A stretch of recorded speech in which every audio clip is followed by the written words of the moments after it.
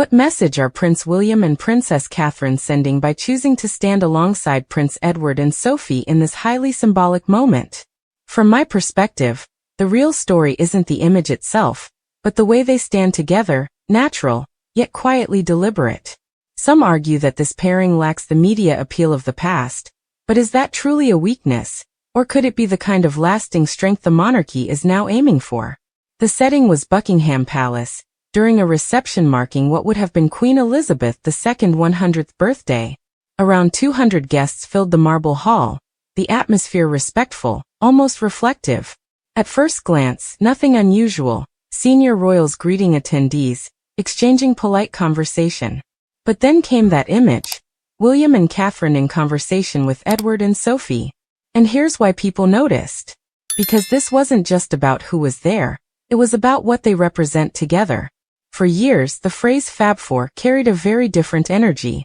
It was younger, more global, more headline-driven. But what we're seeing now, it's quieter, more grounded, less about attention, and more about responsibility. Prince William stands firmly at the center of this shift. As heir to the throne, his role is no longer just symbolic, it's operational. Every appearance, every partnership now signals direction. And beside him, Princess Catherine has evolved into something far beyond a supporting figure. Her work, especially in early childhood development, shows a long-term vision, measured, consistent, and deeply strategic. But what makes this moment different is who stands just slightly behind, and beside them. Prince Edward brings something the monarchy doesn't talk about enough: continuity. He carries lived experience from the era of Queen Elizabeth II, and more recently, has quietly stepped into responsibilities once associated with Prince Philip. And then there's Sophie. If you've followed royal engagements over the years, you'll know Sophie, Duchess of Edinburgh, has built her reputation through consistency. She shows up. She delivers.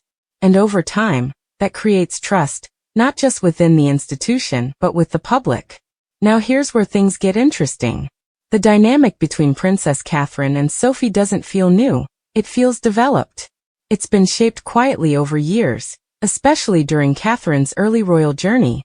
Sophie had already navigated that path, understood the pressure, the expectations, and that experience seems to have translated into a kind of unspoken support. You can actually see it in how they carry themselves around each other. There's ease. No performance. Just alignment. And when you zoom out, that alignment starts to look less like coincidence, and more like structure.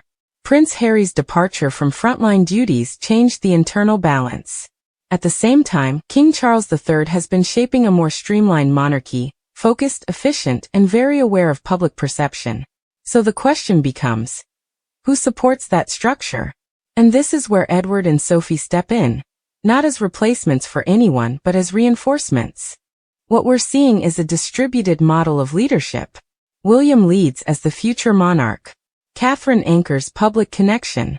Edward bridges generations. And Sophie stabilizes the rhythm of duty. It's less about personalities and more about roles. From the coronation to joint engagements recognizing public service, there's a pattern forming. They're not just attending events, they're sharing the workload.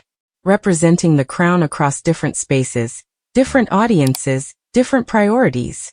And honestly, that might be exactly what the monarchy needs right now. Because this version of a Fab Four isn't trying to recreate the past. It's not chasing headlines or viral moments. Instead, it's building something slower but potentially more durable. A sense that this group feels dependable, predictable, even but in a reassuring way. And for Prince William and Princess Catherine, this isn't about stepping into the spotlight. It's about redefining how that spotlight is shared. With the above information, I feel like we're looking at a long-term shift. And maybe that's the real story here. Because when you strip away the titles, the history, the expectations, what remains is a group of individuals who understand their roles, respect each other's strengths, and move with a kind of quiet coordination that doesn't need to be announced. As the royal family continues to evolve, moments like this, small, almost unspoken, may end up defining its future more than any grand gesture ever could. So now I'm curious, what do you think? Is this new Royal Fab Four exactly what the monarchy needs right now? Or do you feel something is still missing from this picture?